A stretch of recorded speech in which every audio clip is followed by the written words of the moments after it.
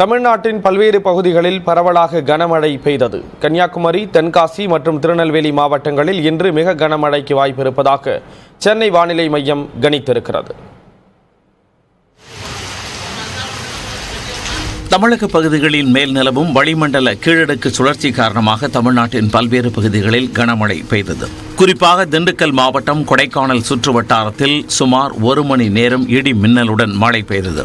Observatory, Anna Nagar, Pambarpuram, Anandagiri, Indira நகர் உள்ளிட்ட பல பகுதிகளில் பரவலாக கனமழையை காண முடிந்தது.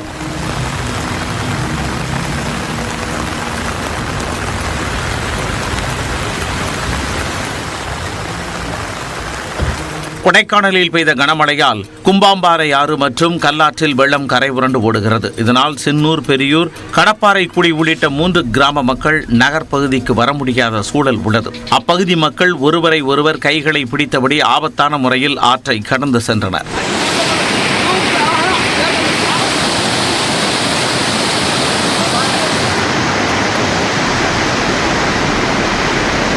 இதேபோன்று திண்டுக்கல் மாவட்டம் நத்தம், காமாட்சிபுரம், சீலப்பாடி, செட்டிநாயக்கன்பட்டி உள்ளிட்ட பகுதிகளிலும் கனமழை பெய்தது. சுமார் 1 மணி நேரத்திற்கு மேல் பெய்த கனமழையால் வெப்பம் தணிந்து குளிர்ச்சியான சூழல் நிலவியது.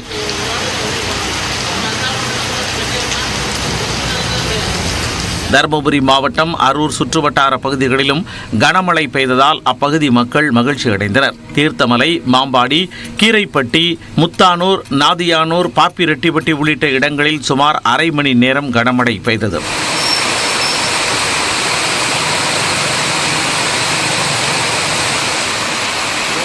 இதேபோன்று தூத்துக்குடி மாவட்டம் கோவில்பட்டியிலும் கடந்த 4 நாட்களாக கனமழை பெய்து வருகிறது. குறிப்பாக மணியாச்சி, இளையரசனேந்தல், வானரமுட்டி, மந்தித்தோப்பு, மூப்பன்பட்டி உள்ளிட்ட இடங்களில் 1 மணி நேரத்திற்கு மேல் மழை பெய்தது.